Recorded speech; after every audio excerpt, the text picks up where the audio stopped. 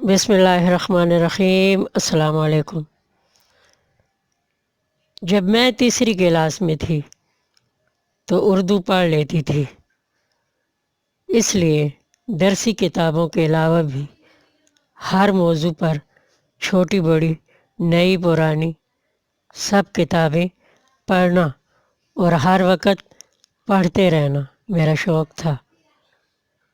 انہی کتابوں میں علامہ اقبال کا یہ شعر اس وقت مجھے بہت اچھا لگتا تھا، اب بھی اچھا لگتا ہے۔ عمل سے زندگی بنتی ہے، جنت بھی جہنم بھی، یہ خاکی اپنی فطرت میں نوری ہے نہ ناری۔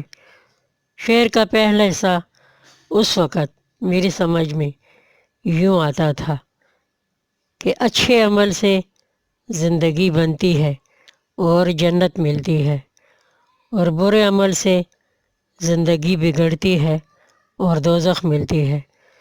چونکہ ہمیں یہ بات سکھائی گئی تھی، بلکہ اب بھی ہم اپنے بچوں کو اپنی آسانی کے لیے یہی سمجھاتے ہیں، سکھاتے ہیں کہ اگر ہم اچھے کام کریں گے تو مرنے کے بعد ہمیں جنت ملے گی، اور برے کام کے نتیجے میں مرنے کے بعد دوزخ ملے گی۔ عام الفاظ میں سمجھیں تو ہم اپنے بچوں کو یہ سمجھاتے ہیں کہ دنیا کی زندگی الگ چیز ہے اور مرنے کے بعد کی زندگی دوسری طرح کی ہے۔ اگر ہم اپنے بچوں کو روحانی اقدار سے روشناس کرانا چاہیں تو علامہ اقبال کے اسی ایک شعر کی تشریح اس طرح سمجھا دیں کہ دنیا اور آخرت کی زندگی کوئی دو علیحدہ زندگیاں نہیں ہیں، بلکہ روحانی طرز فکر میں موت کے بعد کی زندگی دنیا کی زندگی کا تسلسل ہی ہے۔ ہم اپنے اچھے عمل سے اپنی دنیا کی اور آخرت کی زندگی کو جنت بنا سکتے ہیں اور برے اعمال سے دوزخ میں تبدیل کر سکتے ہیں۔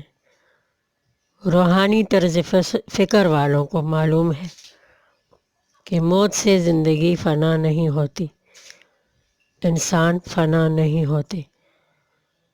حضرت امام جعفر صادق رحمۃ اللہ علیہ فرماتے ہیں کہ جو چیز دنیا میں پیدا ہو گئی اسے فنا نہیں ہے، چاہے وہ ریت کا ذرہ ہے یا کوئی اور اس سے بھی چھوٹی چیز کیوں نہ ہو۔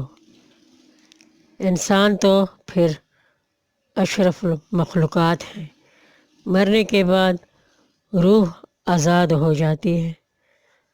علامہ اقبال کے اس شعر کے دوسرے حصے پر غور کریں تو یہ بات سمجھ آتی ہے کہ انسان آزاد ہے، انسان کی فطرت میں آزادی ہے، انسان پابند نہیں رہ سکتے، وہ اپنی مرضی کے مالک ہیں۔